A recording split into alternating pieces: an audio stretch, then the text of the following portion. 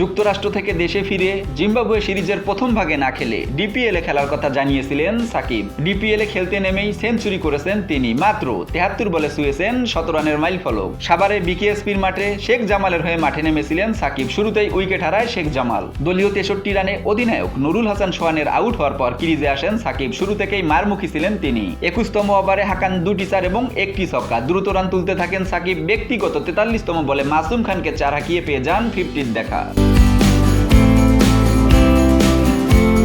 ওই ওভারে ৩টি আরো ৪ হাঁকান সাকিব। এরপর বোলারদের উপর আস্তে আস্তে চড়াও হতে থাকেন তিনি। হাঁকাতে থাকেন একের পর এক বাউন্ডারি। ইনিংসের ৩৯তম ওভারে মাত্র ৭৩ বলে সাকিব দেখা পান ঘরোয়া ক্রিকেটে নিজের প্রথম সেঞ্চুরি। এই সেঞ্চুরি দিয়ে দীর্ঘদিনের সেঞ্চুরি খরা কাটিয়েছেন সাকিব। সংখ্যার হিসেবে ১৭৮১ দিন পর লিস্ট এ ক্রিকেটে সেঞ্চুরি করলেন এই তারকা ক্রিকেটার। সর্বশেষ সেঞ্চুরি করেছিলেন ২০১৯ সালে ওয়ানডে বিশ্বকাপে ওয়েস্ট ইন্ডিজের বিপক্ষে।